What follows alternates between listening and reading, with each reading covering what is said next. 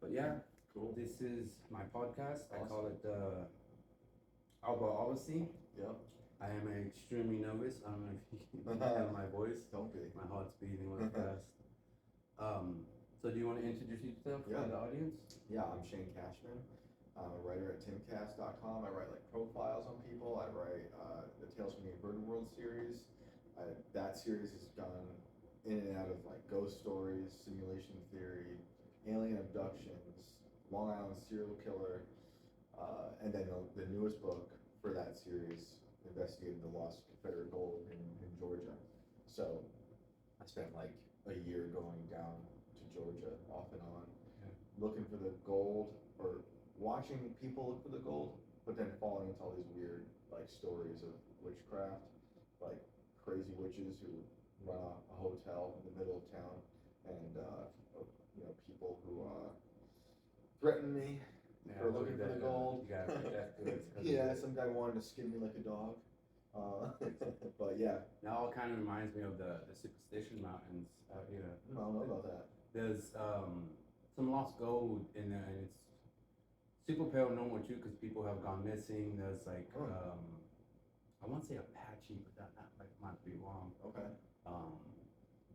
Some elements of them like cursing the area, so nobody can kind of find Interesting. it. I love those stories. Yeah, there's a guy that actually left clues to where he hid some of the gold. I think it's called the Old Dutchman's gold. Oh, I've heard of that. Yeah, yeah. Something like that. Oh, that's cool. I gotta look into that. Yeah. I love stories like that. There's actually yesterday there was news that broke in Kentucky. Maybe it was 2 days ago now. 2 days ago, maybe in Kentucky, a guy found millions of Confederate gold coins, which is very similar to what I was looking for in Georgia.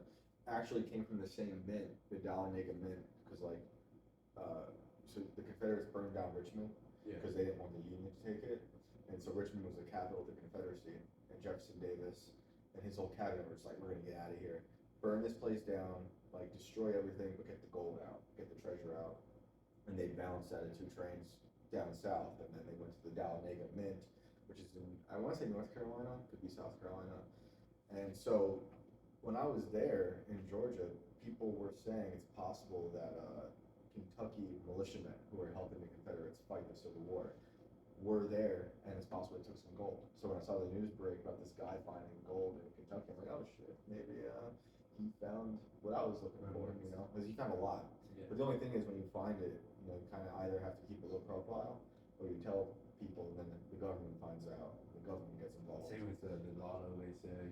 Exactly.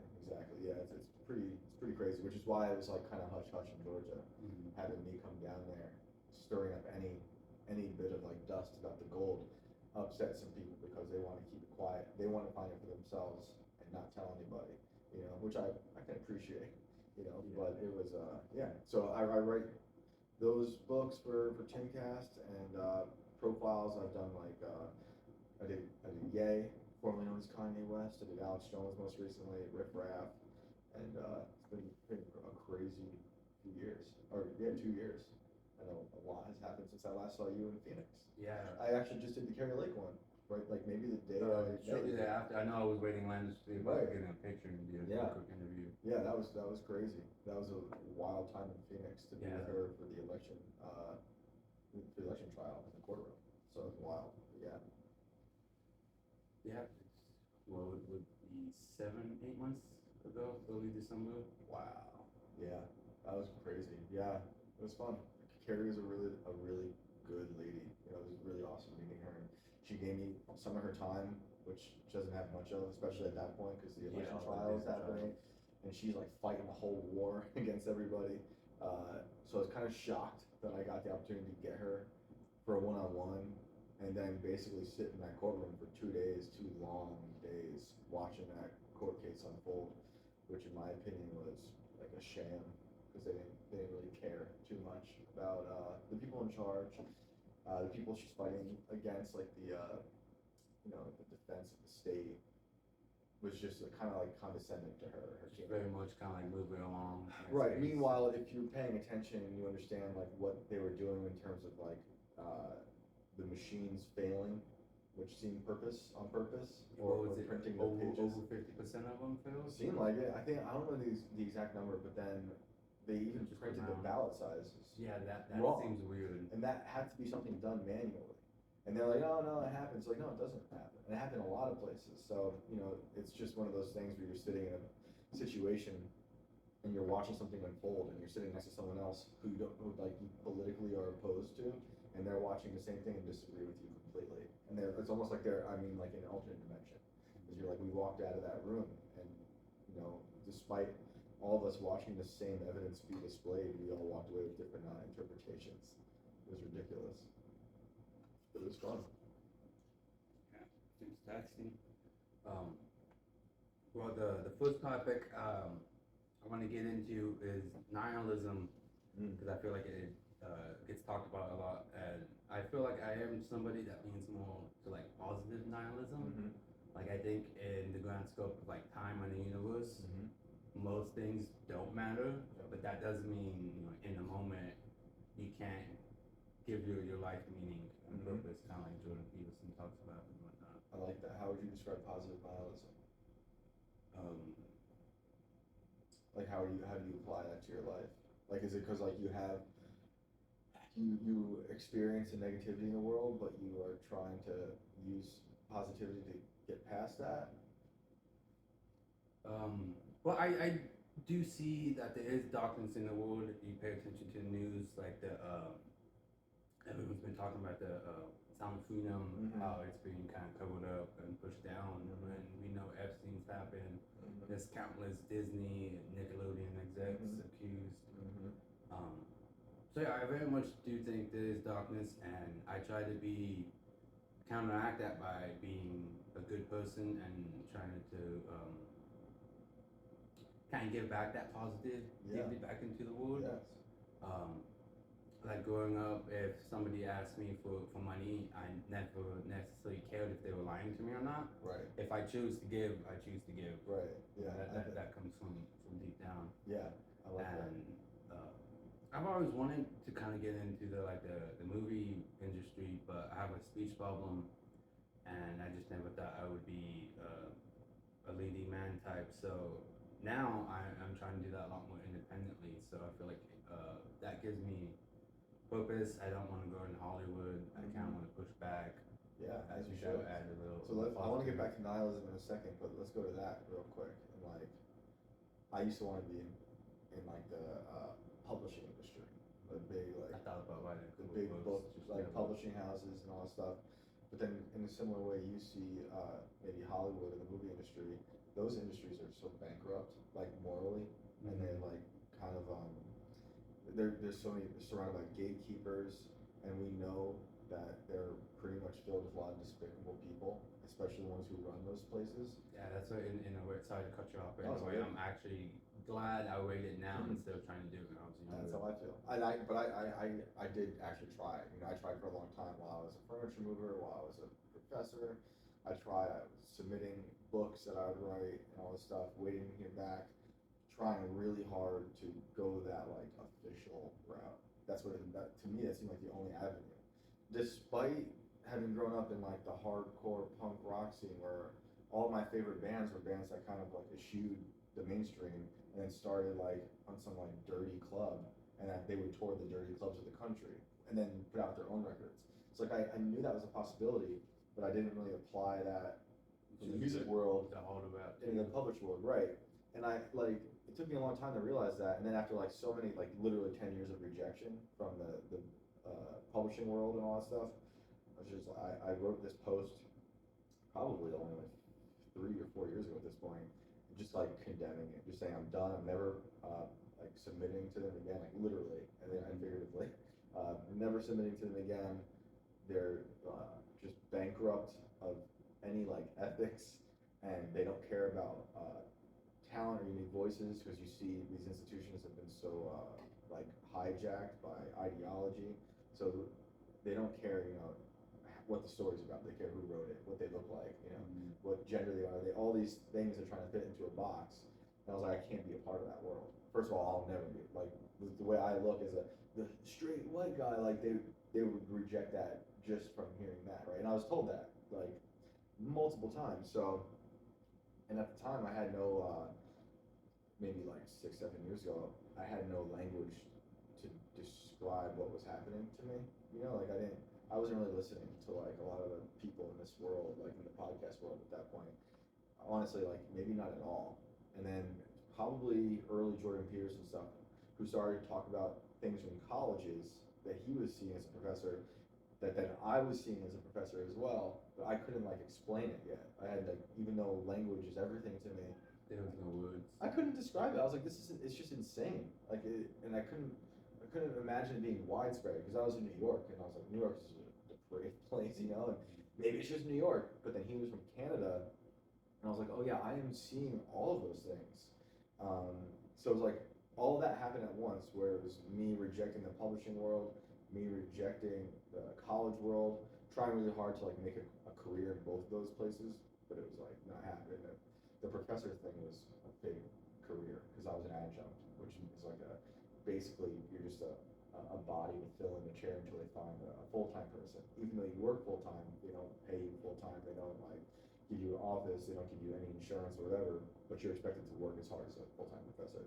So I was just like, I was done with all of it, and then it like dawned on me, I'm just gonna go independent, right? Like what you're saying, and just forget it, just forget that like traditional path that everyone thought, that at least I think we thought was the way to go.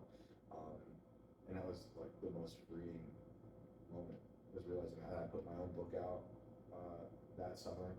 So it took a little bit for me to actually get it going, but that first book came out, I call it the Riot Summer, 2020.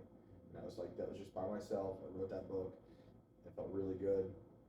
And I just kind of hustled with that the way I did when I was in a band, like many, many years ago. I was like, I'm going to burn my own copies of the CD. I'm going to go to the places and pass them out. I'm going to go into bookstores. And I used to hide the demos in like music magazines. I just do that with my book. So I was just like applying like this kind of like DIY attitude to all of that. So I guess you can tie that into nihilism, because I was kind of giving up on everything around that time, before I had that language to define what was happening to me when in colleges and stuff. So I was super sad. I was like really depressed. I had no like nothing. I was super broke. I had a 1-year-old at that point, basically not fully living out of our car, but basically living out of our car, because my wife and I were working in multiple places around the Hudson Valley and in the city. So we were driving like this ridiculous triangle around New York, bouncing between all these different houses and family members. Our car was like just a disaster. The 1-year-old, cats would come with us, and I'm just like a furniture mover driving a box truck. I'm doing that professor stuff. I'm trying to publish these books, and I had meaninglessness, like complete nihilism, and I just didn't care anymore. And everyone I was surrounded with, other than my wife, the people at work, they were nihilists, even though they probably didn't call themselves nihilists. Just like these people hate life, and they have no hope, and I had no hope. I'm despairing, I'm super sad. Like my depression was just through the roof. Truly, it was the worst I'd ever been, and it took me a while to even recognize that it was like depression. I had no idea. So, yeah, at some point when I realized like to throw off the shackles of like the traditional route, everything kind of lightened up, and then I just focused on like an independent route. So I also understand like meaninglessness, and how it can kind of rot your outlook on life.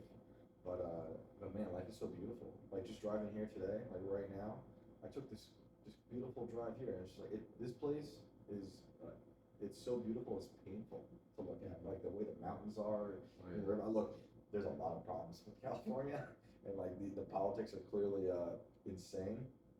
But my goodness, it's so beautiful. Like, so yeah, I try to keep a positive outlook on life despite all the darkness, and and I can see it now. Now that I've pinpointed it in myself, right? Like years ago, realized like I had to fix some things. Still working on fixing things. But now I can see it in others, and for instance, I had there's this kid in our neighborhood. This is back in West Virginia, and he's 9. His father passed away unexpectedly in October. Super tragic. So now it's just him, the mom, and the kid. And my son is now about to be 7, and my son like wants to be really friends with this kid, right? Cool kid, he's got a cool scooter and all this stuff. But this kid is a nihilist. He doesn't know he's a nihilist, but he was brought up to have like no. There's no. I'm reluctant to say no morality, but it's kind of no morality, right? Like his parents taught him, to hate God, right? To hate life, to think about race and gender at a very, very ridiculously young age. Like that to me is all like abuse. So like he's inherited this world of like mental rot that's just so sad. And when his dad died, it just it accelerated. I think it was the day of the dad's funeral. The kid's like threatening to burn a church down, right? It might just be talk, but even if it's just talk, it's crazy that this 9-year-old has that thought, right?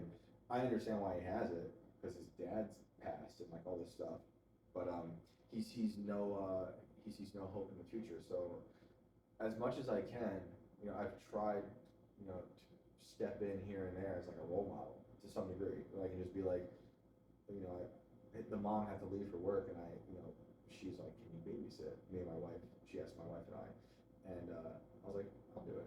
I'll take him outside. Like he needs sunlight.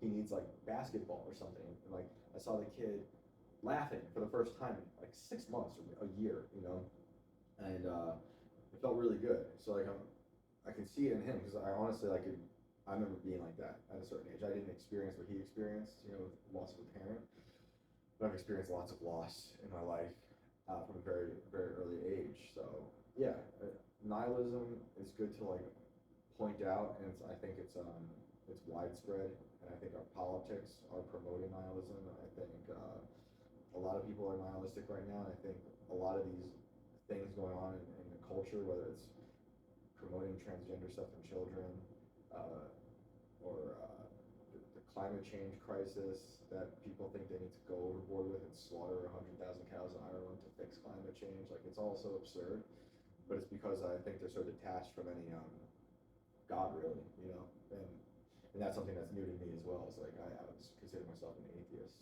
for most of my life, and only recently I have like faith, which is my old self would look at me and laugh for saying it, but it's true, and I can't deny it.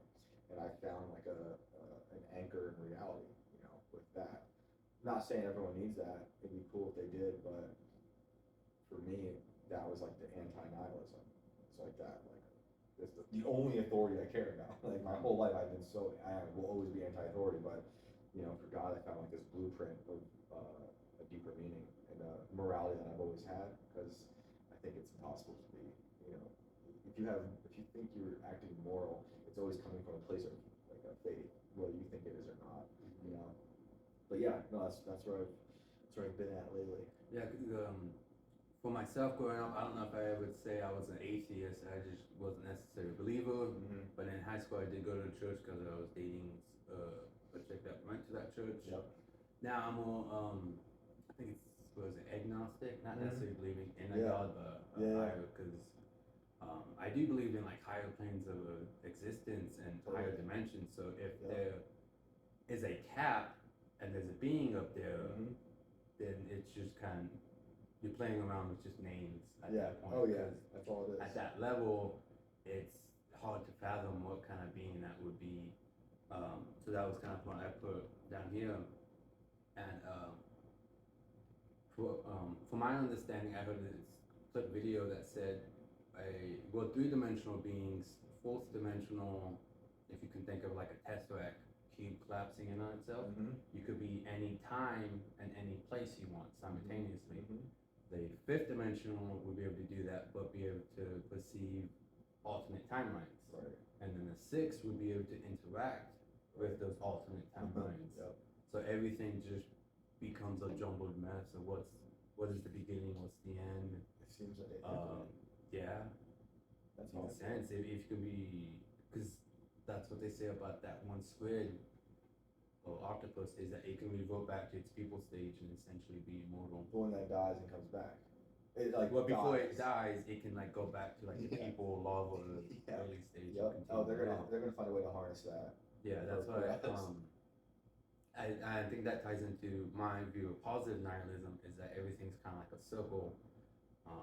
Every destruction, there's rebirth or a chance for rebirth, and to build anew. Totally. And I'm not the just put it down, just to put it down kind of type. I think, like you said, it is beautiful in the world. We were talking when we met in America Fest a bit about some of the landmarks in my state, Arizona. There's the meteor crater that's just awesome to see. Like think about pioneer people stumbling across just that huge hole in the ground. Yeah, it's a great image. Or like the wow. petrified forest. Thinking about I'd love to see that too. That's right. organic matter turned to stone. That's and right. The colors determines what kind of environment it fell down in. Like if it's more red, it means it was more iron rich. That's right. And everything just kind of plays into each other. Yeah. Into things. I love that. I love one of the greatest things to happen in the past few years is my ability to travel, like, and go around when I write these stories. Like, I traveled a little bit in high school and college when I was in a band touring, but it was just gross dudes in a minivan, in like terrible areas, and just being able to see that this country's so dang beautiful. Yeah, I can't get over it. A lot more massive than people think too. Oh my I've goodness. driven from Arizona to Central Texas to see family, and that could be either like a 20-hour drive or a 2-day drive. Right. Yeah. Oh man, Texas is great. I love seeing all these places. One whole day dedicated just going from El Paso to Central. And you forget, a lot of us live pretty heavily on the internet, where it can get real dark and mean all the time. But in the real world, obviously there's terrible, like the most terrible stuff that's happening, and it's so dark. But there's like people are generally mostly really nice, and I'm watching people come together after terrible tragedies, and it's beautiful. Like I was in East Palestine after the train wreck, and the sky basically exploded. How is the air quality out that way with that and the wildfires? Depends who you ask. If you ask the EPA, they say it's fine. It's don't need to move. It's fine. If you ask private engineers who came out and tested, they're like, yeah, this might be a problem. All the floating fish. We don't know yet. That's the thing, we don't know yet, and the people there don't know yet. Like when I went there, it was probably a month and a half after the initial. I'm gonna start calling it a bombing because they literally bombed it. They went in there with shape charges and bombed the vinyl chloride. I don't know why. Not that it matters. I assume they just like lit a fire for a controlled burn, as they would tell us. But it just seems more nefarious when you think about people going out there with bombs to blow it up. So when they blew it up, it created an inversion in the sky above town, which is like a ceiling of chemicals. So nothing could float out of it, right? And like the birds died. All these bees and the apiaries died. People aren't. They can't sell their eggs, their chickens, their livestock because they don't know. No one wants to buy them. They're like, oh, from East Palestine, like I'm not buying it. People are moving out. Businesses are closing. So it's almost like the people there are not getting answers, but it's almost like it doesn't even matter because the town is being destroyed by that decision to blow it up because they're saying that it was possible to not blow it up and maybe take care of it in a different way, and maybe it wasn't going to explode and throw shrapnel everywhere, is what they're saying, but no one knows. But yeah, it doesn't matter at this point because what's done is done. They believe there's dioxins in that area, which means over time, if those dioxins are at a high enough level, that's a really dangerous chemical. It's cancerous. It's destroyed entire towns before in Italy and in Times Beach, Missouri. Times Beach, Missouri, they were like using some type of material to keep the dust from floating up off the ground, and it had dioxins in it, and no one knew that. It was like, oh yeah, just use it. But they found out, wow, it's really dangerous, so the government just used eminent domain and bought it and kicked everyone out. Which is, I don't know if that's going to happen in East Palestine, but I think that's a possibility, which is really sad. But yeah, I followed up with those people recently, and there's a lady there who's a florist, and I don't know if she's gonna her business is gonna survive. Another winery that was there not gonna survive, and it's just really tragic. Not only because of the tragedies, but the government response has been kind of lacking. But what I was gonna say is like, despite all that darkness, that town really rallied around, and like there's like a beautiful human spirit, despite the horrible stuff that I love seeing. I hate that it has to be there, but even though their town is destroyed, they still have hope. So that's like a beautiful thing. I think. Yeah, hope to rebuild. Mm-hmm. Yeah, with everything going on, you would almost half expect the government, if they do buy it, be like, oh, it's contaminated, I can only give you a low ball price. They do that. It's called a brownfield, I think, and it's like It's not eminent domain. I forget exactly how it works, but they deem something a brownfield, which means it's like beyond repair, pay low, and then just kind of rehab it for themselves in the future, which is like that's the government's favorite thing to do. Steal something from us and then turn it into something and then sell it back to other people for way more money.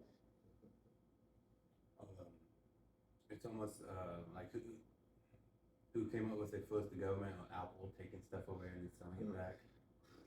Yeah, it's like thinking about what came first, the mob and the government, like indistinguishable.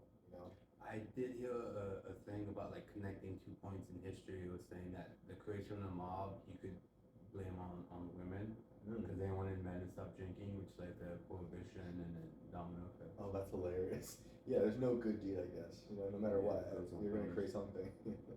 It's so wild. And to lead in some other points like free will, I saw your post about the Dante's Inferno books, which got me thinking about the video game and an anime. I've been wanting to play the video game again lately because of it. And I think Matt Walsh is wrong when he says games and anime are all demonic. I would challenge him to play Dante's Inferno the game, and then watch it, and then tell me it's not a beautiful medium to reach people. But I got into looking into the second story, Purgatory, because I didn't know too much about that. And in it, he talks to one of the souls that talks about why there's evil in the world is mostly because of free will. To do good, there has to be the bad choice. That's right. And I'm not a full-on anarchist, but I do feel like chaos is natural order. Right. Going back into like the cycle of destruction and creation. So that was an issue I hear a lot, and I had too. It's like if God's all powerful and all loving, how come there's evil? No, free will. That's it. The obvious. I don't know the obvious, but like that's the main answer. Yeah, I agree. I when I hear like Walsh and them talk about the anime and stuff, like I don't agree. Obviously some things are just bad, but to just go out and make a blanket statement, yeah, and like say it's like it's make bad. an argument for certain ones, all kind of weird. Others are mind blowing. Like Mary recently did watch Attack on Titans. Okay. Yeah. My wife would disagree and say it's a decent anime. Right. Okay. Yeah. Because that has a lot of political things too about people getting attacked and then wanting revenge, and then years later they attack back for revenge. Yeah. I've never really watched anime. I feel like I feel like I've watched more now since I've been married. Oh, funny. Yeah. Is Dragon Ball Z anime? It seems so mainstream. I would say it's probably one of the original Americanized anime. That's my only like real. Yeah, experience. I remember watching some of it, but I never got super into growing up, I only had like 5 or 6 channels on TV at home, and at some point Dragon Ball Z like appeared. I was like, oh, this is amazing. So that's my only thing. But yeah, some of those, as much as I love a lot of those guys over there, when they talk about art, it's like so frustrating because I know like Knowles is very much into only classical art, right? In terms of like actual art. I'm like, I love a lot of art. I love abstract, absurdist art, and sometimes that stuff to me seems like a better representation of how it feels to be alive sometimes, or like, talking about time being infinite, or like the fractured, depressed brain, and like all these different ways of interpreting those things onto a canvas. I love, and they kind of like poo-poo it for whatever reason. I forget what it is really. I think some of them might say, I might be putting words in their mouth, but some of them like to say beauty is like an objective thing. And I just like can't really get behind that idea because I think it's beauty's typically rather subjective. We all have different tastes. We all fall in love with different people. so I can't, and I can't apply that to art because there's a ton of stuff I like that people hate, like in terms of music or just like art or whatever. Um, I tend to find a lot of beauty in some of the most abrasive, loudest, terrifying music. Um, Meanwhile, my wife hates that stuff, Thankfully, my son's into it. Yeah. But it's all subjective. So yeah, I don't. And Dante's Inferno, man. I had a class. I think the first time I read it was in college. Maybe one of the few worthwhile things I got out of college. I think high school I tried because that's when I think the video game came out. Mm. But with I do have ADD, so it was kind of a hard thing It's to tough. get into. Yeah. I think the only way I could have read it back then, when I was introduced to it, was our professor kind of walked us through it line by line, like reading it. So we kind of had to. I'm sure I like dazed off here and there, but the whole concept was just so amazing to me, and like I love the idea of the poet meeting the other poet, which is Virgil, right? Dante meets Virgil in the woods, and Virgil, who's dead, brings him into the underworld, and again, like is a tour guide through everything, and I just love that structure. It's just like I tend to really like a lot of movies and books where you're led into another world, like Alice in Wonderland, Willy Wonka, these like kind of weird situations. It's not like a very unique thing. There's a lot of stories like that, but I've always loved that. And it's like this way of looking at the strange world is now the prism of how we really feel about the real world, right? So, yeah, Dante's Inferno is just it's also like one of the most gangster poems because it kind of like railed against his current time and all the stuff he was going through. I want to say popes, right? Like different politicians, other artists. I mean, it's so gangster. I want to say I forget what circle, but yeah, I want to say there's a circle for people who end up in hell thinking they were doing the right thing in God's name, and how many people. Dude, I mean, that is. I want to say, and that also plays a theme in. I don't know if it like said in the book, but in the video game and in the movie, that's part of Dante's trial too. Is that he was told his sins would be forgiven, but then in the Crusades he commits certain sins, and he was going to end up there anyways. Oh wow! Is Virgil in the video game too? Yeah. Oh, that's he so he cool. pops up every now and then. That's awesome. He's more in the anime, but yeah, he pops up every now and then for like the cutscenes. I'd like to watch that. Yes, I've never actually watched an You interpretation. can find it on Tubi every now and then. Okay, I'll have to do that. Yeah, I think it's really hard to read, and having been a professor making young students read, it would be something I never would force on them because I know they probably I wouldn't have the time to make them like it. I think I'm pretty confident that I could, but it's like it's like this big. There's 3 books and they're so big. So I give them other stuff, but I tend to also love stories that just challenge your idea of faith. Even when I consider myself an atheist, and to this day, one of my favorite writers is Flannery O'Connor. She was this Catholic lady from Georgia, from I want to say the 50s and 60s, and she was just the most brutal writer. She always believed that she believed, to have a faith, you have to constantly be questioning your faith, questioning why, all these things. So it's like you're always extending that questioning of authority to not just this world, but everywhere. Why are you feeling this way? Are you doing good? Are you a true believer? Are you just saying? Are you wearing your faith like a costume? So, but her stories would go beyond just that. She would brutalize characters who were false, right? Who were hypocrites. I remember reading her for the first time. I was just like, this lady is nuts. I loved it. She's murdering people in the stories, and it's like it's as brutal as like a Dante's Inferno, like certain circles of that hell. I just couldn't believe it. From such a sweet young lady who had peacocks on a farm in Georgia, writing these biblical tales, set in her modern time, but questioning a lot of people in her neighborhood who pretended to be one way in church and then acted another. So I've always been drawn to that kind of art, and I would love to know what Knowles or those guys would think about her, because it's kind of gross and murderous in its violence.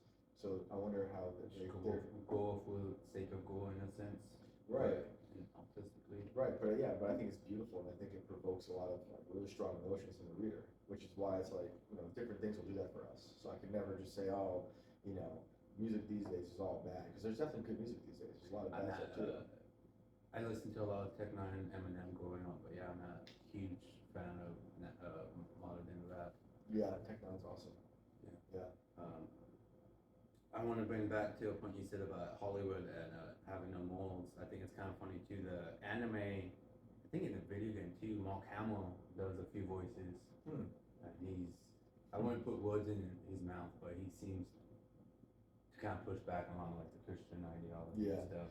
Yeah, I don't know much about him, but it's funny. You said something about no morals and the anime, and would you consider Pokemon anime? I don't know, because that would be hard to distinguish between cartoons and anime. Right. Where do you draw that line? I would say Pokemon for me would be more of a cartoon, but I can understand how other people's idea of it would be anime. Because I think anime comes from animation. Okay.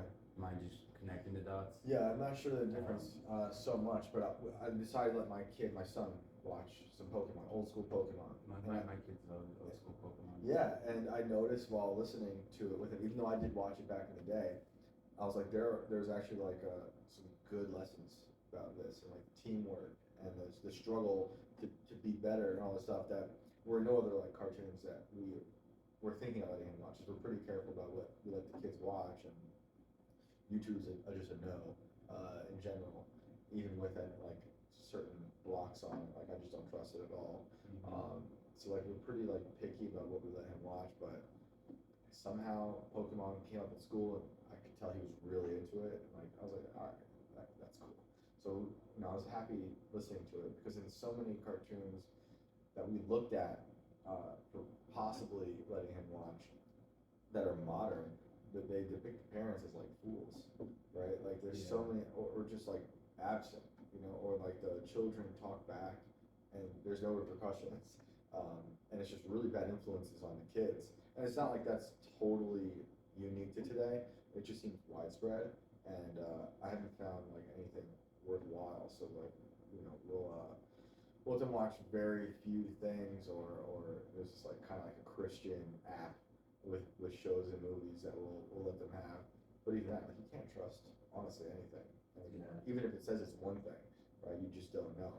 The only thing I could maybe recommend is Avatar: The Last Airbender. That one's really good. I've heard of that one. Okay. That's something I watched growing up too. He turned 7 earlier this year, so. Oh, nice. We both have 7-year-olds. Yeah. Awesome. Yeah. That has a really good lessons and talk about cycles and rebirth and stuff, because the Avatar gets reincarnated, and not to spoil some things for you, but one Avatar, a war begins, and it's the Avatar and a lifelong friend. They become enemies, and the war starts. And then the new Avatar, Aang, has an enemy that is always trying to capture him, and they end up being friends, and they end the war. And the friend Zuko is actually like the Fire Prince, who is grandson of the one that started the war, but also the Avatar. So it's kind of cool, like bloodlines and. Oh, that's cool. Yeah, I'd have to watch that. And inverting things from one cycle to the next. Cool. Yeah, I like that. Because it has like the 4 elements. So I don't want to completely shield our kids from like a lot of these cool things. There's just some things I just can't let them like get into yet. They're still too young, and there's like kids in the neighborhood who are allowed to just like watch anything. So like, of course he's gonna hear about it from other kids, but like I just like there's certain things that just seem like not age appropriate. So I'll definitely look into that, because I don't want him to grow up under a rock, kind of like how I did, but for different reasons. Like with my parents, we just had nothing. We had no like TV. I had no internet until I was in college, and I literally was under a rock. Like when I went to college, they're like, you've never heard of like this and that. That's kind of how I feel stepping in. Like I started listening to Timcast shortly around the beginning, and just all the people dropping names. I'm like, who? Yeah, same. Laughing about Alex Jones and all the stuff he says. I'm like, I have no clue. But I did That's awesome. grew up watching Ancient Aliens, so they did talk about William and Negro. Oh, So, funny. I do Oh, know that's like funny. some things, but yeah, Yeah. I didn't really know who he was until he came on. Same with like Milo. Oh wow. I Yeah. heard the name, but never really listened to heard That's much funny. from See, him. that's funny because it was not opposite, but like those two names I did know, and the rest I had no idea. And it took me. I think I started watching Tim. Well, yeah, I started watching Tim after the Joe Rogan thing, with Dorsey, and that. But it was before that where I only knew about Milo and Alex. Didn't watch even Rogan so much. Um, I forget even how I found those guys. Well, I know Alex. Alex I found because I watched the movie Waking Life a lot when I was in high school, and we would just take lots of hallucinogenics and watch this movie, which is I don't know if you've seen it, but it's like they filmed the movie and then they drew over it, so it's like this really trippy feeling. It has Keanu Reeves and a few other people, right? Same. It's the Or same is that thing. different? It's the same style. It might even be the same director or team that made Waking Life, but it looks just like that. Yeah. Really cool. And Alex is in that. He's got a cameo, and that was my first introduction to like his like deep poetry. He in a way he's kind of like Dante. He's leading us through the circles of hell. That sounds so ridiculous, but turns out a lot of them are mostly accurate. Yeah. I have another point. I kind of just lost it. Oh, it's all good. But because to lead into the next point, I hadn't really heard much of the Purgatory story because looking into the video game, I was curious how come they never made a sequel, but also like what is the story? And it's about him going up the mountain and conquering the seven deadly sins, and that there's the heavenly virtues to counteract that. And I feel like we do need a little bit more of that. Going back to having more moralities, because to counter lust, you need purity, chastity. Yep. Greed is charity. Maybe you can help me out. Announce that. Diligence. Yep. Which basically just kind of means like hard work, Yep. counsel sloth, and all that. And that's everything that's taken over the society. Yeah. Or not, or they've attacked it. In one way or another. Mhm. And I feel like some people think they're doing good, like some of the Manosphere Red Pill podcasts. I feel like leading us down a bad path because they're talking about how regardless if you're high volume man, you should be able to cheat, which just it's more lust, Right. and gluttony, just overindulgence, not having any kind of self control. The manosphere thing is something that I just discovered is even a thing. Same in probably the last year or so because of Andrew Tate and I think Fish and Fit has been on podcast once or twice. I think so, yeah. Yeah, I not a fan of that stuff at all. I can appreciate Tate. I think some of the things he says are funny. But I'm just I just don't agree with most of what they all say, from what I've heard. Yeah, I get a lot of just the clips online. And for some of them, like Tate, I feel like sometimes he's playing a character. It's hard to tell. Vaguely want to say he actually admitted to that in a roundabout way when he got banned. He was like, "Oh, don't take me too seriously." There's an interview with him where he's kind of alluding to it. Yeah. Yeah, there's one clip I saw that the lady was like, "Oh, that's kind of extreme." He's like, "Yeah, but it sounds good." Yeah, right. The whole thing of it's okay to cheat and all that stuff. It's just it's insane. Like I can see your point about multiple wives because you're still making commitments, but just to outright cheat. Yeah. There's no discipline, no self-control. No. It's the joke from Chris Rock kind of personified me. It's like men can stop chasing it, we just can't run that fast when it chases us. Yeah, I've seen a lot of these guys pop up on my feed, and they just seem like really bad influences. But I think if they're not all playing characters or whatever, it doesn't even matter because they're out there saying it, which they can totally say and it's fine. And I like knowing that that's a whole thing that's being said, so that I can think about if I believe in that or disagree with it, which I do. But it's like they're taking advantage of. There's just multiple generations now of young guys in particular who are genuinely lost, and so they look up to. Some of them might look up to these guys and think that's the path. And look, that's the life you want to lead. That's fine. I think it's a dangerous and soulless path. will lead to nothing. You know, you'll get like Nihilism. it's nihilism, but like they'll see it as fulfilling. They think they'll find Because meaning it's in that. the short gain. Exactly. Yeah. Short term like Short-term benefits. gain, And, like, yeah, that's what I you was know, thinking. it's almost like a leftist. Like they want to promote a lot of policies and attitudes that will only bring the short term, temporary, very fleeting benefits, if any, right? Whereas I think people who might lean right or center right or conservative tend to look down the road at what's the future look like. How are your kids going because they care about family? You know, we want to have kids and grandkids. You know, how is this going to build like a system and a structure that will fortify like a life for the children? Whereas, you know, this manosphere stuff sounds like leftist to me. It's just it's all for pleasures right now, right? And that only will get you so far. You know, I would never promote that lifestyle. No, because it just leads to more depravity in a way because you need more, essentially more dopamine to get that high. Oh yeah. Which Exactly. I don't know if you read or looked into like the American Psycho books. Have you seen the movie? Oh, I don't think so. Because that's an aspect that plays into his spiral is that he is addicted to cocaine. He's rich, so he's kind of addicted to spending money and having that superiority to other people. So he starts combining them to kind of keep that high going, and it just kind of spirals. But I feel like that, in a sense, plays into a lot what we see today because there was a term, I think it's called the yuppie, that everyone was just kind of trying to copy each other. I don't know if you've seen the scene where they examine the business cards. American Psycho. Yeah, American Psycho. Oh yeah. I love that scene. Yeah, so that kind of embodiment of like everybody's just trying to imitate somebody more successful, and since it was written in the 80s, Yes. you couldn't get more successful than Donald Trump. Right. And I feel like the manosphere kind of plays into that as everybody's trying to be the same. That's true. Same talking points, same flashing clothes, Right. jewelry. And they've also, like our society, has replaced the idea of God with materialism, and things.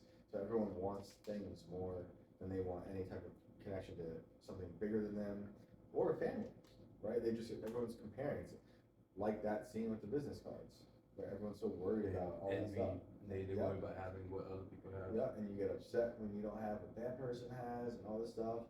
Like, you just can't live like that. I'm trying to even think of, maybe, you know, early on and when I was trying to publish stuff, I would look at a friend or something who maybe got a book deal and just be like, I can't believe they got a book deal, you know? And there'd be a tinge of jealousy, but I'd always be happy for that success and tell them as much and be genuinely happy for them because I think it's amazing, you know, and not even see it as like, you know, I can see people who, oh, that person got something, now I'm going to use them as a springboard to get somewhere else. I'm just like, even in my, like when I was really, really, really sad, just trying to be happy for people making it, you know, even if it was like a little success, right? But man, like the way people are so obsessed with what we own, what we have, even, you know, kids with too much toys. Like we're trying to be very minimal at home and not worship like anything other than God, right? Like our kids, they sometimes will care too much about their toys, and I'm trying to teach them now, like you cannot like measure your wealth or happiness with what you have, right? Like I spent most of my life with very little, if not, you know, nothing. And you know, my wife came from an even worse background than that. So it's pretty important to us to like, I'm not like rejecting materialism, it's cool to get stuff that you like, right? But when that replaces everything and like the only way you can measure your success is for what you have, that's a problem. And that's what that manosphere stuff sounds like to me, where it's like your body count, you know, the women you're with, the car you drive. Like, all right, that's cool, but like, it's played out, and it's not. There's no like real future in it. And I think that the only thing that matters truly is like you starting a family and doing whatever you can to feed those kids. Yeah, like I I never understood like the Funko Pop obsession some people have. What is that? I don't know about that. It's just like a little action figure that they have like the really big heads. And Oh small yeah, bodies. yeah. Like some of them are kind of cool, but I wouldn't pay $30 for that. Right. Yeah. Let alone they have like a whole wall. I've seen that. You're right.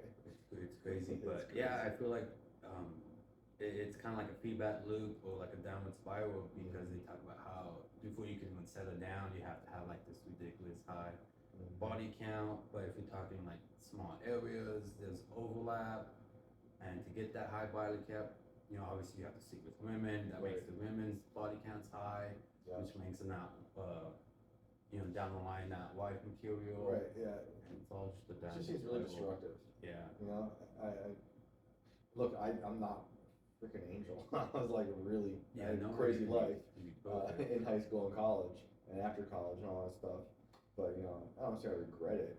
But because if it wasn't for that type of debauchery that I lived through, I wouldn't be where I'm at now. To like look back and compare, like, oh, that's not a good life, right? I've learned a lot from a lot of bad drugs I used to do, or drinking and sleeping around. That fun in the moment, but it was just I was in a destructive downward spiral.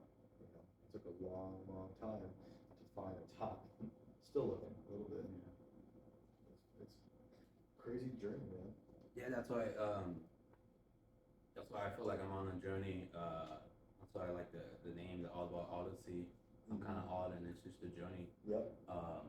I'm not like a big Lord of the Rings fan, but one of my tattoos, it's a broken compass. Oh yeah, sweet. And it's not all those who wander are lost, because you kind of gotta find.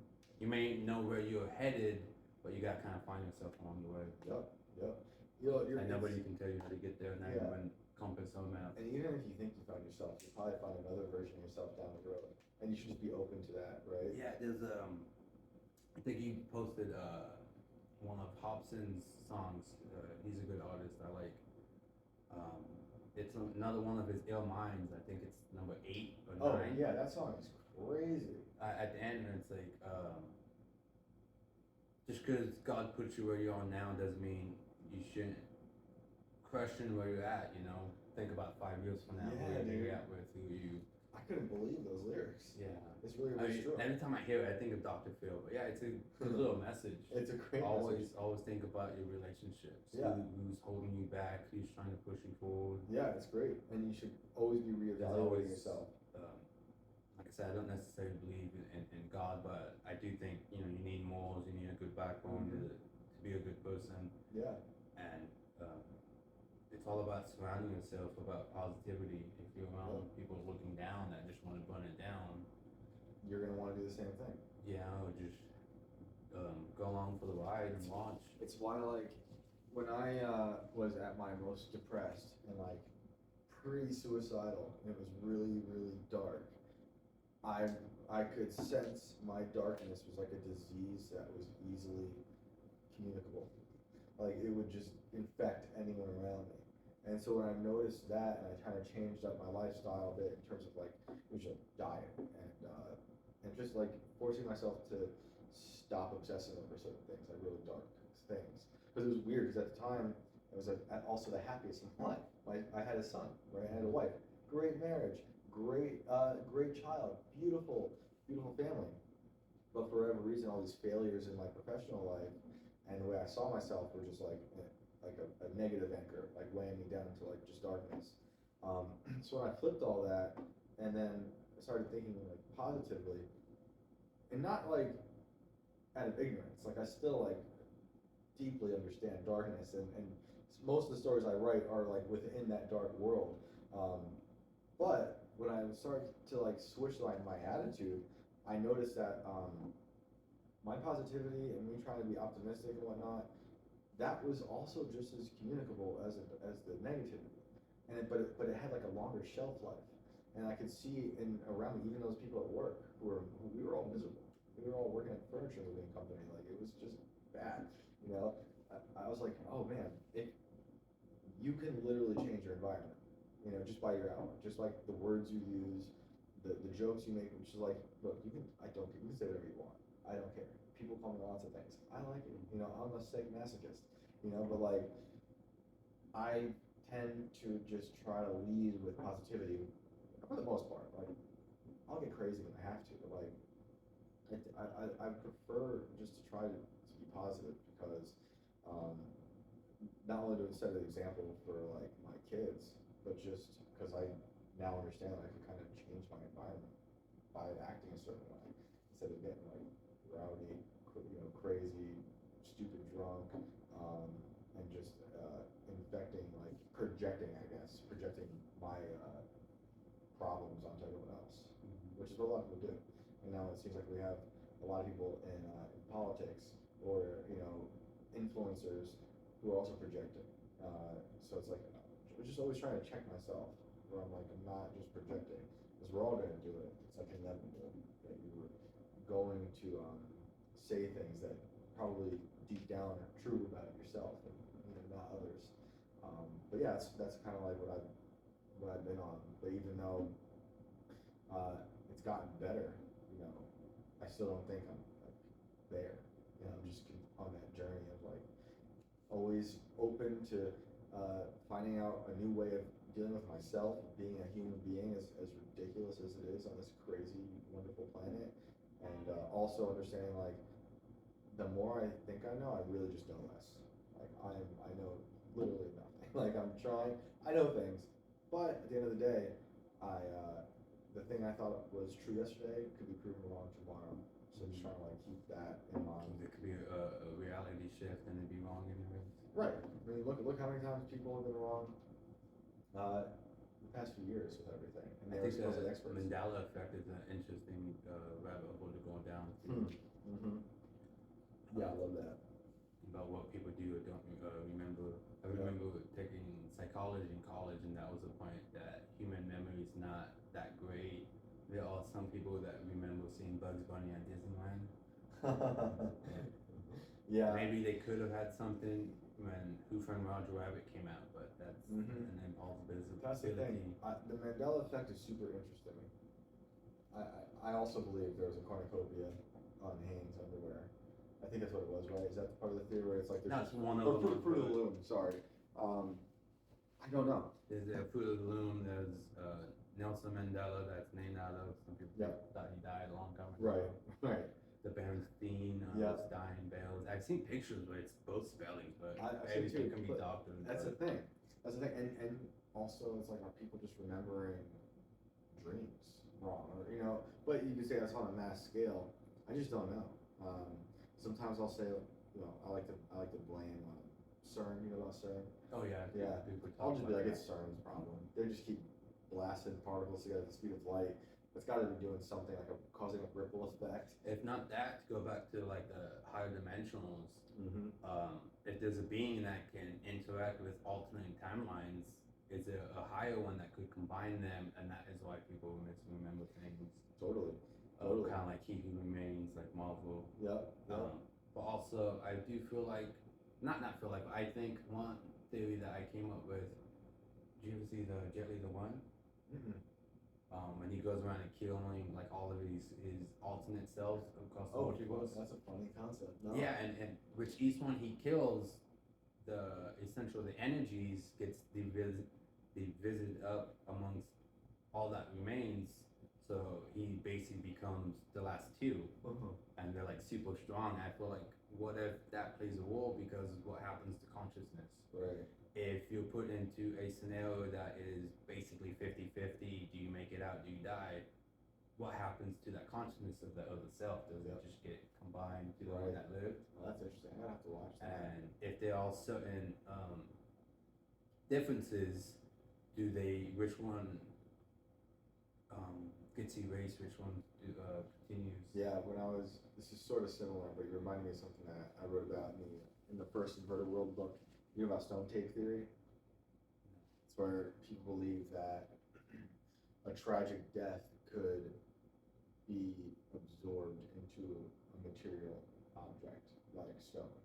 So there are people who go out there and believe that certain objects are possessed with the consciousness or with the energy of a person who died tragically, and they call that stone tape theory. So I talked to a lot of people who truly believe that, and they believe even like a battlefield, like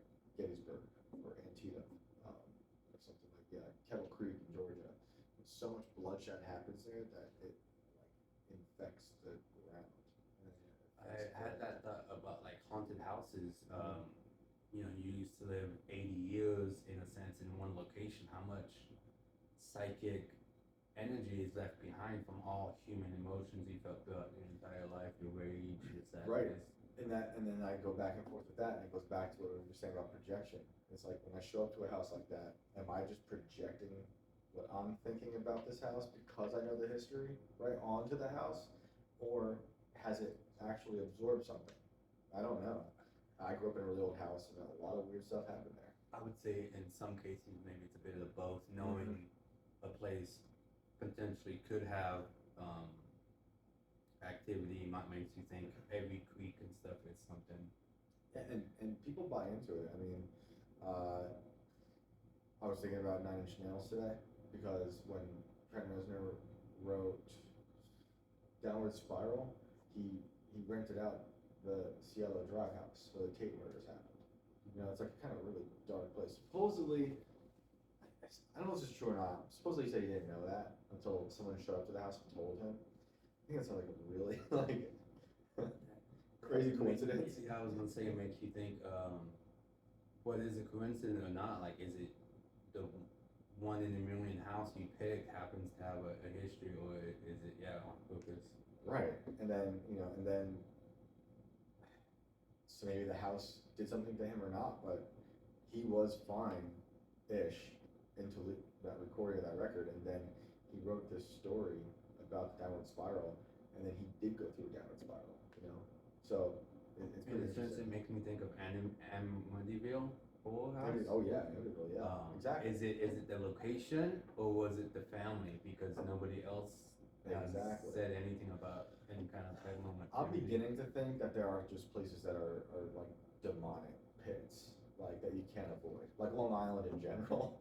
Ley lines and things. Ley lines could be it, you know, however you want to describe it, but there are places that are just messed up, like really, really bad. You know, and Long Island in particular is super dark, because I was out there doing the Long Island serial killer story for the first Inverted World book, and people just kept saying, like, something's wrong with this place. Like, the amount of serial killers that have been operating in Long Island that we know of over a short amount of time is just egregious. And, like, the bodies that are found, it's just like, how is this possible? You know, and so I started to think about really then, even though I grew up in an old house from the 1700s in New York, where I was kind of like thinking about this idea of time and how it affects a house or a land, and it can like stay haunted. But Long Island shifted that in me entirely. I can see how the New England area could. You think about all the Indians, the conflict on that side. That's what one lady was saying that when I was writing the serial killer story. She was like, yeah, this one spot, I forgot the name of the town, giant Indian burial ground that they just built over. The meme for years, it's like, I wonder what's wrong in America. It's almost as if it's built on an Indian burial ground. Dude, honestly. Kind of. Yeah, actually, yes. Yeah, it's crazy. And, out there on Long Island, Amityville's in Long Island, I believe, right? I think that's where that is as well. Oh man, like there was just bodies everywhere. You know, I was going, not that I saw it, but like there was a literal graveyard on a beach that someone had just made. Plus the mob, which mob bodies. That's a theory. That was a theory with Long Island serial killer. Was like maybe it's just the dumping ground for the mob. However, there's a certain type of person that was being murdered, right? A typical like young girl who sold herself on whatever websites it was, I'm forgetting, a Backpage or Craigslist. There were a few other victims in this one particular area, but yeah, it could be that. They thought it could be police officer, all that stuff, but no one really knows yet. It's crazy. Could jump ahead because you said about areas with like mass death. What do you think about the Ocean Gate sub? That submarine? Yeah. It was like the most tragic. I mean, I care deeply for those people. I thought it was interesting how it became like this news item, you know, also like this obsessed news item in the corporate press, which like, I'm always like, oh boy, why are they doing that? It's like, it always feels like a distraction play. Yeah, so that's in my mind, as well as like, man, that's tragic. I mean, I would never in a million years do anything like that. You know? Yeah, the deep ocean and space, in a sense, kind of terrifies me because Yeah. you think about how just dark it is. Yeah, I'm good. Yeah. I'm good. I have enough problems as it is. Like even if I get Superman level ability, like I don't know if I would just go down there and just check it out. That's tough because I do want to see, like, I think actual aliens are underneath the ocean. Like you look at like anglerfish and any other like That would deep sea That's creature. something else. Like they say, some whale specimens can get up to like 7 feet long. It's That crazy. would be terrifying to run into. There's a lot of stuff down there. I think we need to like. It would be fun to learn about, but I would never go down there. I watched. We were talking about it a bit. Not the tinfoil podcast. He had one. His guest was from the one-on-one podcast, talking about Oceangate, how there's certain occult aspects you can connect. I mean, the Titanic just has a weird history in and of itself. It's a massive graveyard. Yep. Could there have been some kind of like sacrifice? You could look at Is anything it like just that these a days. bad area, You know, or that's the incompetence? That's the scary thing of like, because you know things like that are possible, right? Like we know there are people who worship Moloch at Bohemian Grove, or who do these ridiculous fear rituals or sacrifices. I mean, human sacrifice has been a part of human history forever. We've always done it. And I believe we're still doing it today. It's just in like a way more modern looking fashion. Less direct in your face. Right. But the problem is like knowing that it does become easy to look at any tragedy and think that's the case. So I'm always trying to check myself with that. It's possible. It goes back to the nihilism. Like if you see the darkness, how hard is it just to be like everything's kind of meaningless because there's the occult, there's powerful people eating us down. It's so possible, and I wrote an article, just like an opinion piece on this for Timcast, where I talked about the idea of historical nihilism, is what I was calling it, and yeah, that's what got me thinking about it. I thought you wrote a piece, but I couldn't find it to read up on it. Yeah, I forget what I called it. Oh, yeah, I call it America's Invisible Mountains because I know a guy. This is like a true story. I know a guy who fled a cult, right? He was in like a legit cult, and in the cult, they believed that you can't die. And then someone died in the cult. So they're all sitting around the dead body, being like, "How did this happen?" And he had a sense that everyone else is figuring out a way to explain the death so that it fits their belief system. And then they're on the road, they're like a traveling cult. And then they're on the road, he's using the bathroom somewhere, and he's waiting in line, there's a bookshelf, and there's a book he just takes down from the shelf and starts reading it in line to use the bathroom. The page he opens to talks about like insanity, basically. And it talks about if you're an explorer and you have a map and you're looking for these mountains, the mountains are on the map. You are where the map says the mountains are, but there's no mountains there. But the map says there's mountains. You could either figure out a way to explain this, to make it make sense, like in some ridiculous way, or you're just like, oh wow, this map is wrong, I gotta change it. He interpreted that as he's reading that as like the death, right? Everyone's trying to like fix this idea of this death. How could it be? Whereas he was like, I gotta leave. It's all starting to fall apart in his mind. So that got me thinking about this idea of historical, like what I was calling historical nihilism, where once you know certain things mean nothing, especially from like the textbook history we were all brought up on, the press, it's easy and dangerous to then think everything is false. And maybe it is. I don't think that yet. I think what I was saying, like to counteract the nihilism part of looking at history that way, because no history is as we think it is. Nothing. Like, not even the Civil War. Like, really, you can just question anything. That's okay, even if it makes people uncomfortable. You have to. But I was saying, like the way to counteract that and the way to look at that is I was calling historical surrealism, which we can tie that back to like what I was saying about Knowles and Walsh. I don't think they like the surrealist artists very much, but I love the surrealists. And the historical surrealism is where like, did I call it surrealism or I might have called it historical cubism or surrealism, but I was thinking of Picasso. And Picasso used to like, when he was doing his cubist phase, he'd take a bowl of fruit or whatever, and he'd put it on the table, and then he'd walk a circle around it and paint it from every angle.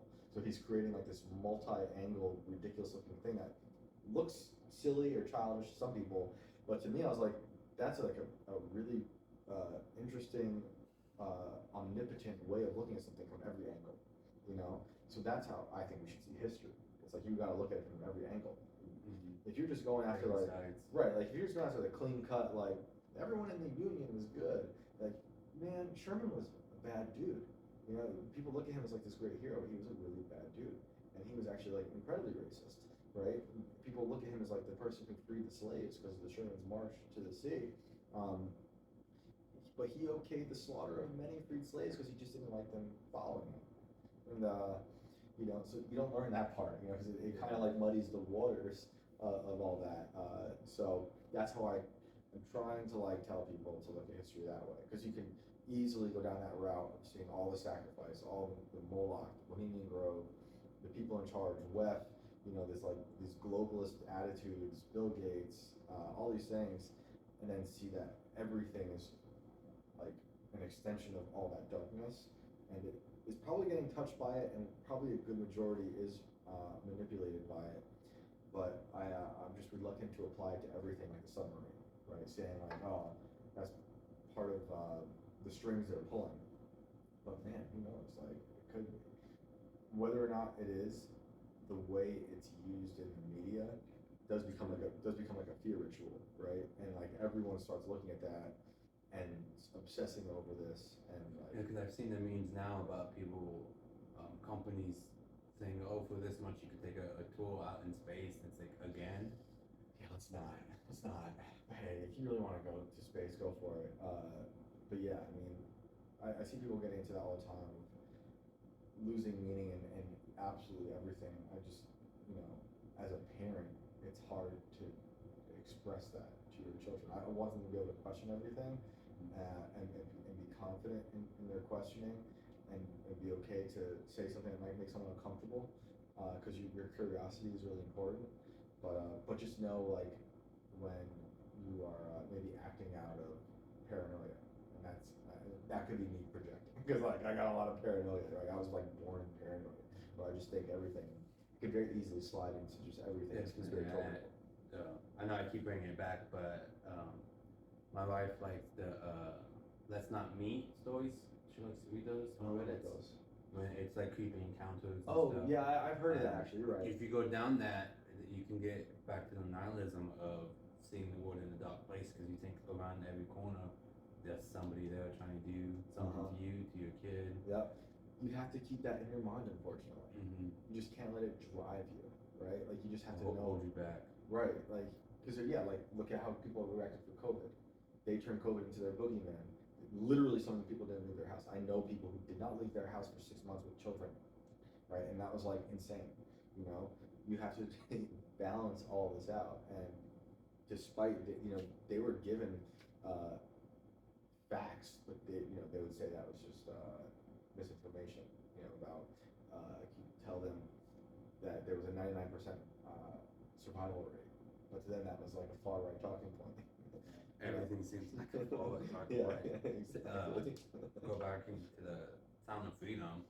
Saving kids is a far right talking point. Yeah. They say fitness is too. Yeah, I was just gonna say working out. That's been this like slow destruction coming out of the left, which to me is cultural Marxism, where they will destroy language itself. They'll turn everyone against each other. They're destroying the past to remake the future. You know, I look at a lot of what happened in the Cultural Revolution in China. It was terrible. You know, they destroyed the language. They destroyed art. They destroyed those children's lives. They destroyed those crops. You know, all that. Bring it back to the Avatar. I think why it's a good show, because that's an episode plot point. The Avatar Aang, who was destined to kind of end the war, is a air nomad, and they're very much a pacifist type cultural. So throughout the whole show, he's trying to find other ways not to engage full-on conflict, but he knows he has to defend himself. But he goes to the Fire Nation, and they're the ones that started the war, and you can see how they use the propaganda against them, being like, interesting. how the battle against the nomad, the L people's armies, Right. and it's like, what army? We had no army. We were Right. pacifists. We didn't believe in that. Mm. And it's crazy how things can get turned throughout history. Some people say there's two sides to every story. Uh-huh. I like to think there's three. Right. Your side, their side, and then the truth, Yep. which is always in the middle.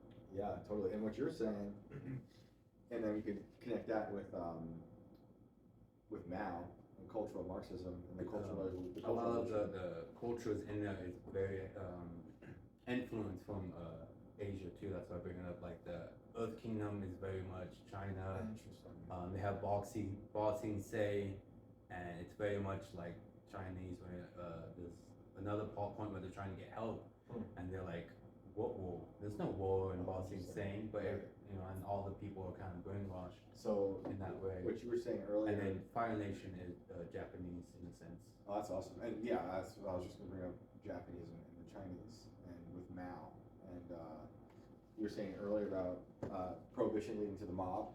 You know, I haven't read on this in a while, so it could be a little off, but I believe Mao helped eradicate the Japanese during World War II, right? When the Japanese had the Chinese in the prison camps for Unit 731, they're doing terrible experiments on the Chinese.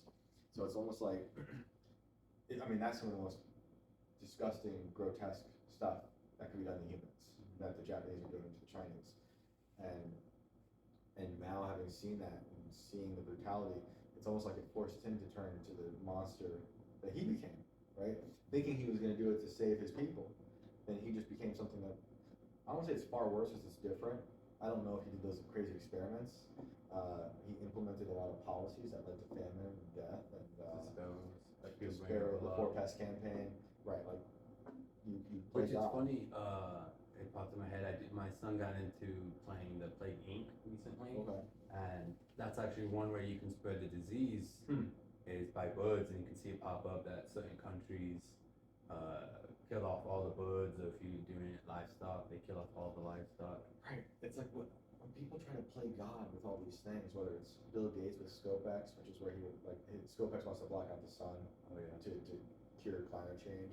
There's geoengineering. There's a lot of different places trying to geoengineer the sky, or like the mass cow deaths to save the planet, like Ireland is doing. Yeah, you brought that up. It's crazy. You don't know what the unintended consequences will be. Just like in the Four Pest campaign in China, when they killed all the sparrows are the ones eating the bugs. Yeah, the bugs eat the crops. One series I always liked watching was like the Blue Planet or All Planet. Oh yeah. They have a segment about that, the locusts, how they start in like Africa, they migrate up, they get their wings, and they fly all the way to like Russia and Alaska. That's a crazy. huge area they migrate and just eat nonstop. There's nothing to keep them in check. Yeah, they ate all. It was biblical. They ate all those crops, and millions and millions of people died from just bad policy. You know, and that's why when people freak out about like the Green New Deal or the climate change activist freaks who tell their kids the world's going to end in a certain amount of time, it's very dangerous because they're going to try to implement things that could truly cause like way more destruction than they intended for. Yeah. Gotta be careful with that. Like I fundamentally against suicide, but I can understand people wanting to check out. And going back to the nihilism of nothing matters, but like when you're the one causing the chaos and destruction, that makes people want to check out even more. Yep. That's the other thing That's another thing that governments are also taking advantage of, right? Almost like the way the manosphere is taking advantage of like lost young men. The governments, especially Canada, are taking advantage of lost people. Yeah, like and in theory, I can understand that type of procedure, what did they call it, made in Canada? Yep. I just don't think it should be in your face, you know? It's something you have to find and spend a ridiculous amount of time to find, and then have it be free, but then at the same time, if you're going through all that, I don't really know how I feel about assisted suicide. I understand it. You know, I don't really I don't think anybody should make money off of it. don't think anyone should make But- money off it. I don't like the idea of helping someone die. You know, but I also understand alleviating I someone's don't terrible remember pain. when I heard it, but a quote I heard a long, long time ago was, "Suicide is a permanent solution to a temporary problem." Wow. That a lot of things can be overcome. Yep, I think so. Yeah, and like I try to lead with hope. Like there's a way out of it, and any loss of life is bad. You know, So except for like I some said, I do people. fall into the nihilism camp in that kind of aspect where it's like, if you want to check out, check out. Yeah. That's free will. That's your right. Yep. If you believe in any kind of afterlife, you have to kind of pay for that. Yeah. The problem is though, like in That's Canada, your right. with ultimate MAID, right in a sense. totally. But it's like the government is promoting in Canada, like if you have a headache. Yeah, right? and that is Small where I would problems. disagree. Like, that shouldn't be on the list. Like, Well- I'm a little depressed. We can kill you. Right. Or like there's people you could 3D print a suicide pod. You know, like that guy in Switzerland, I think it is. I don't know if you've seen him. No. You could 3D print your suicide pod. So it's like we're promoting death at such a mass scale, whether it's abortion, whether it's like drug use, whether it's suicide. You know, the government, like I don't really like the idea of the government killing anybody. Even people I think are detestable. Like, I don't want You don't believe in corporal punishment. yeah. I don't think so. I go back and forth because there's people who truly don't deserve to be on this planet, especially I for would children. say, yeah, rapists, murderers, Mhm. child molesters would be top of the I, list I for a lot of people. I just don't like the idea of the government killing. You know, I don't like giving them that power because they've also killed a lot of innocent people, whether it's in jail or in war. Thought I said in theory because in practice you right. can always go down so many That's the bad thing. paths. That's the thing. But So I want to say in Futurama they had suicide boosts. That was a parody from a book in the same vein of like Total Recall. Mhm. They've gotten to a point in the future where everything seemed mastered. Yep. We can prove there's afterlife. You can buy your way in, Yep. or you can buy your way out, Right. depending on which way you're going. There's like zombie workforce, like Mhm. that's just the only way out. It was such a kind of Yep. bleak future because everything had been conquered already. There's nothing left. I've lost a lot of friends to suicide. You know, going back to that and just thinking like, I just think there's I've had a few family members. yeah, same. Family members, friends, and I just think there has to be a way to find them. I'm trying to say like, because I understand that depression, like, and I know how it's all consuming, but there's always a way back, you know, and I don't know how, it's different for everybody, you know, because you can't just tell a depressed person, it'll be fine tomorrow. Like, if someone told me that at my lowest, I'd be like, yeah, right, like, it's not. There's the phrase is what it is that I like. I saw a video that's like, people who can master those are the most dangerous people. Mm. Because you can threaten to leave them alive and they'll hold the door open for you. And when Mhm. people ask if it hurts them, it is what it is. Yeah, I know. Yep. And that's almost like a nihilistic term. Yeah. For That's why real. I like Yeah, to think myself that's as good. nihilism, but more Yeah. positive, kind of like there is Yeah. a silver lining. Things can get better. It just takes the work. Dude, it will. And it may not always go away, but you might still be in a better As place. parents, we have to always believe in optimism for the kids, right? So it's like, even if you don't fully believe it, like, you have to put that foundation in the children, I think, because they're going to inherit a dark world no matter what. Mhm. It's always going to be dark. Like, humans are just messed up. They're twisted, depraved, violent people. But there's also so much lightness and beauty. And like, if you put that in the kids early on, they'll have a shield against all that, you know, stuff as they grow up. And as I look at the family I came from, like my grandparents, my great parents, what they fled, whether it was crazy stuff in Ireland, crazy stuff in Russia, or when they came here, all the assassinations they went through, like all the things they saw, all the wars, they still raised a family. And they still were like, my grandma, who died at 86, she saw all the crazy stuff of this country, you know, and she still had nothing but hope and joy and love. And I take a lot of inspiration from her. And like, she had cancer twice, you know, like she had a mother-in-law who killed herself, and then her mom died at almost the same time. So much darkness, and her husband, my grandfather, went to fight in Korea, and he came back and he was a cop in the city. and his officer, his partner was shot dead. It's just like so much darkness. It's always going to be there. You just gotta. It sounds foolish, when you're surrounded by so much insanity. But like I truly believe you gotta find the anchor of optimism, however you find it, whether it's through God or whatever. Purpose, and it's in your family. Right? It's in knowing like you're going to create something that will go into the future, with or without you. But that to me is beautiful. Yeah, I brought that up. I don't know if you finished. I think you mentioned you had started the first podcast episode.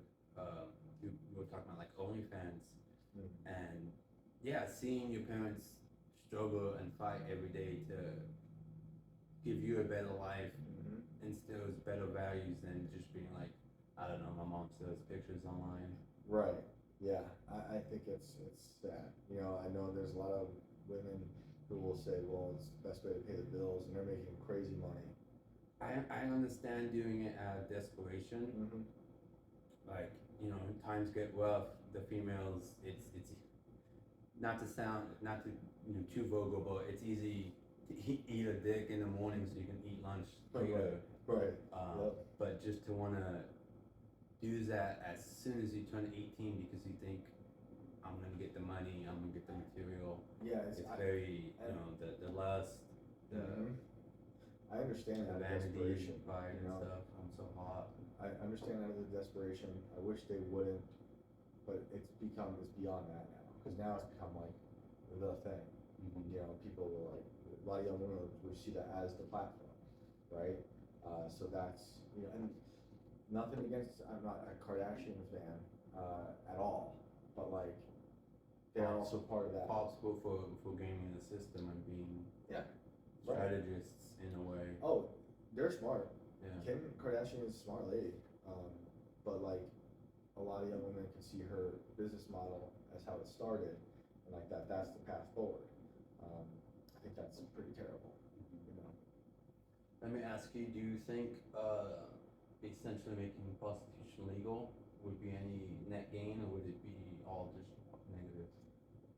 It probably should be legal, and it goes against my I don't think it's right. Yeah, it definitely would go against some morals. Still, again, going against the lust and purity. I have a lot of friends who are like pretty Catholic, and they would probably say war on drugs is probably good. I'm putting words in someone's mouth, so I don't know, but I know some of them would say that. I know some of them would say get rid of porn, make that illegal, keep prostitution illegal. I just go back and forth because my hate for the government is so strong. I definitely less laws. I think just to get them off the books. But my view is, if done right, and that's always a big if, maybe it could help push against some of the online stuff. Like if you can go out, spend $20, actually feel a woman, there'd be less porn addiction, less OnlyFans, and a lot of those women, if they really just kind of want to be whores, let them.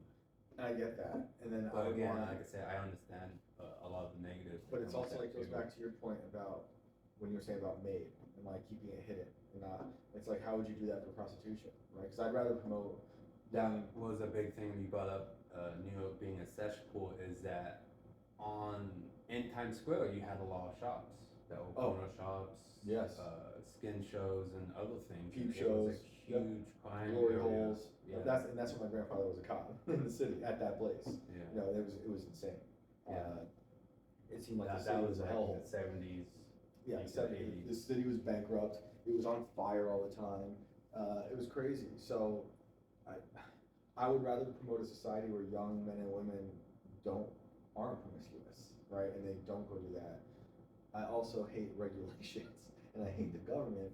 I'm also not a libertarian, right? Like, I don't know what I hate defining myself in any way, because I do think there's a need for a small government, honestly. Not what we have now, But I also don't think, in terms of going full anarchy, sounds really good to me, especially on really bad days. But it also sometimes seems like there's a lot more involved with that we haven't really considered in terms of like all the different rules that'll be in place everywhere you go. Because I kind of like traveling, like I said earlier, around this beautiful country, and I don't know if I could tolerate all of the rules. It just seems like more rules, right? But I don't know. Someone who knows more about that could maybe fix that problem in my mind. I just when it comes to the prostitution and drugs, like I think the war on drugs is a failure. Biden. The way some of the dispensaries look like Apple stores, definitely. Yeah, I'm sure. I'm sure. I can't imagine what it's like now. I don't do any like drugs or any smoking. I'll drink here and there, but growing up, I did a lot of that stuff. And it was really hard to get drugs, especially or weed. I don't really consider that a drug, but like it was really hard to get that. And now it's like you just go to the store and get it. Is mind blowing to me after I put myself in very dangerous situations. I don't know how many Circle K's you have out on the East Coast, but I don't know. It's a gas station. Yeah, I heard they do CBD stuff. I heard eventually within a year or two they might start selling THC stuff. I'm sure they will. Right there for everybody. I personally don't think it's a good thing for society. But then it's like I have a hard time where my distinguish my hate of regulation versus the negative the negative impact I think that'll have on society. Yeah, so I go back and forth on that. I don't think it's gonna be good though. I think it should be legal, but I don't think it'll be good for society. I'm just looking at I forgot gluttony, because I think I would agree with you that wouldn't want to stop somebody from doing it, like drinking, indulging in weed. Everybody would have their kind of vice to unwind. It's just all about the moderation. Everything in moderation, and people, yeah. I mean, right now it seems like everyone just does everything all the time. Because to defeat gluttony is to have things in moderation. Yeah, everything. And we're trying to teach that all the time to our kids, and whether it's like the stuff they just want to watch. Yeah, if they had their way, they'd watch everything all the time, or whatever we'd let them. We don't have a TV in the house, because I know I need that moderation, and I want the kids to have that, but they have like access to an iPad. We'll give them every now and then to watch something, because I also, if they don't have access to anything at all, I know that the consequence of that would be when they do have access to it, they'll be gluttonous, right? So it's like you kind of have to walk that fine line of, I don't like the TV being a centerpiece in a house. I don't like walking in the house and like, you think you're gonna go talk to people and then all of a sudden they just turn on something and you just listen to it. I hate that, and I'm also like really easily distracted by things like That's that. what I try to do when we have like gatherings, like we do Sunday breakfast, and I do have a nephew that is mentally challenged, so we'll have something on just kind of keep you entertained. Right. But it's usually just everybody else talking. Yeah. How's your week? Yeah, that's how it should be. Politics, whatnot. And birthdays, I might throw something on just for background, but yeah, just trying to compensate. Exactly. Yeah. It's important. A lot of people forgot how to talk. Yeah, I heard. I took construction in high school, and we watched the video. They said it half jokingly, but they were saying that downfall of society was when AC was invented, because people stopped going outside and hanging out on the porch and being in the community when it got hot. Yeah. Do you know how AC was invented? Do you know when it was invented? No.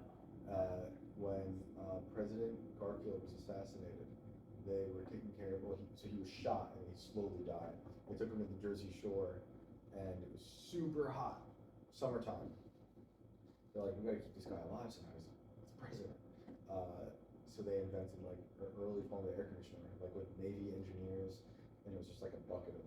They spent so much. You can look at the receipts on some .gov website, like ridiculous amounts of money on ice, and they created this whole tube and like a fan. And they also invented the metal detector because they were trying to locate the bullets in his body.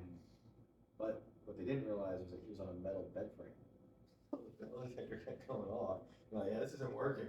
We can't find the bullets. He goes, yeah, he's on a metal bed frame. But yeah, it was like the early thing. And yeah, so I wrote a whole story on the air conditioner like a long time ago.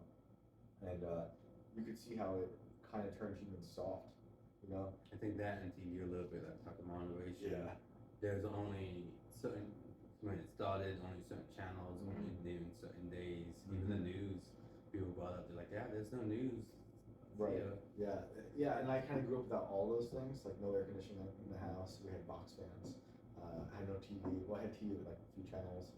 No internet, no computer, nothing. So it was like, even though when I went to college, I realized I was living under a rock.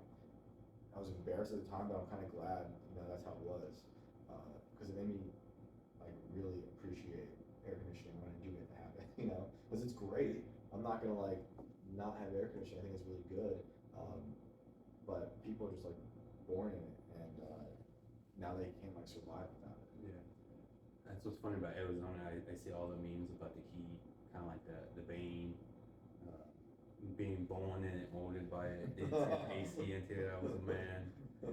How I'm from Yuma. How it's lower than the lowest circle of hell. It's so hot. You get triple digits now. That's so great. That's so hot. That's so crazy. Definitely. Yeah. And took an A on the sidewalk, top of feet. Yep. Wow.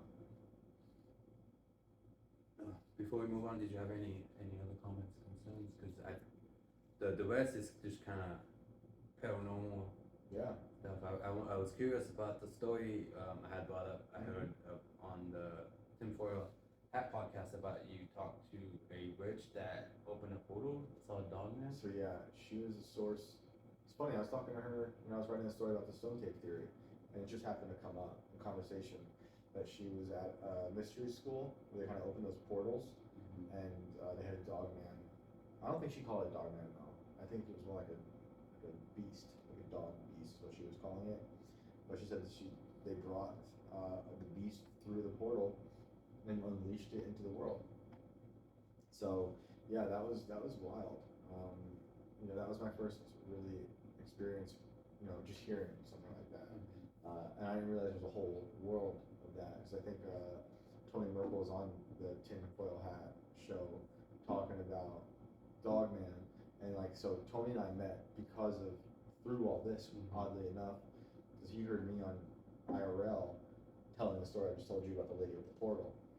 And at that time, he was in his car driving to, I want to say Tennessee or Kentucky, somewhere like that, to go film a documentary for his Dogman documentary.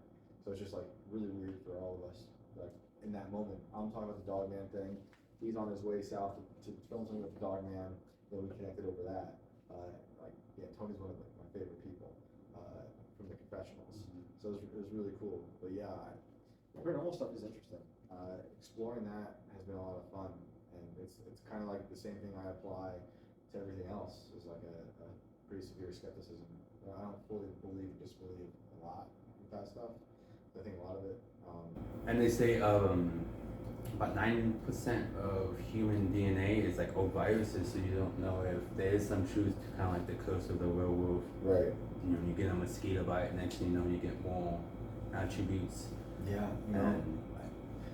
When I was with Alex, I did the Alex Jones story, and it just of course, turns out that his hometown has this myth of like giants, like Nephilim. So it's just, and then when I was there, there was news out about like a new species of human was found that predates Homo sapien, that had burial grounds like way before Homo sapiens had organized burial grounds. So it's just like, thinking about that stuff, I don't know for sure if it's true, but they're showing me skeletons that look ridiculous, like way bigger. 2 rows of teeth. I didn't see that one. I've heard that. But yeah, I've heard there's that too. some they have found. There's the legends of the red-headed giants in like Afghanistan. Right. There was one story, it sounds made up, but I don't know, about military people wanting to dogmen, but they had essentially like golden jewelry, and they looked more like you would think Anubis would look like, kind of like the mummy in the second one, the army. And they spoke, but in a language they didn't recognize. So it's like, aliens, does that play in? Could they be a race of woods, walking dog creatures, canines? Yep. I mean, it all comes down to like the way people perceive their culture. Or is it all made up? Afterlife stuff, it could be made up. It could be based on something and the story was twisted. Maybe you're out in the woods, you don't know any better, you see a terrible beast, and it comes with something else in your mind, and it's a myth. But also, who knows, right? Like, there's a lot we just don't know. I feel like we just know a fraction of reality. Yeah, there was the one from the Confessional podcast talking about the old Earth theory. That's really like Tartaria stuff, or not Tartaria, but just that the Earth is a lot older than what we think. Absolutely. And Like, he kind of broke down like certain quotes from the Bible, and you know it says 7 days, but when you actually read about it, certain things were already there. yeah. Not that he couldn't have created it long ago, but he's coming back to reshape it into Right. something else. Oh yeah, I've heard that theory too. And that there's certain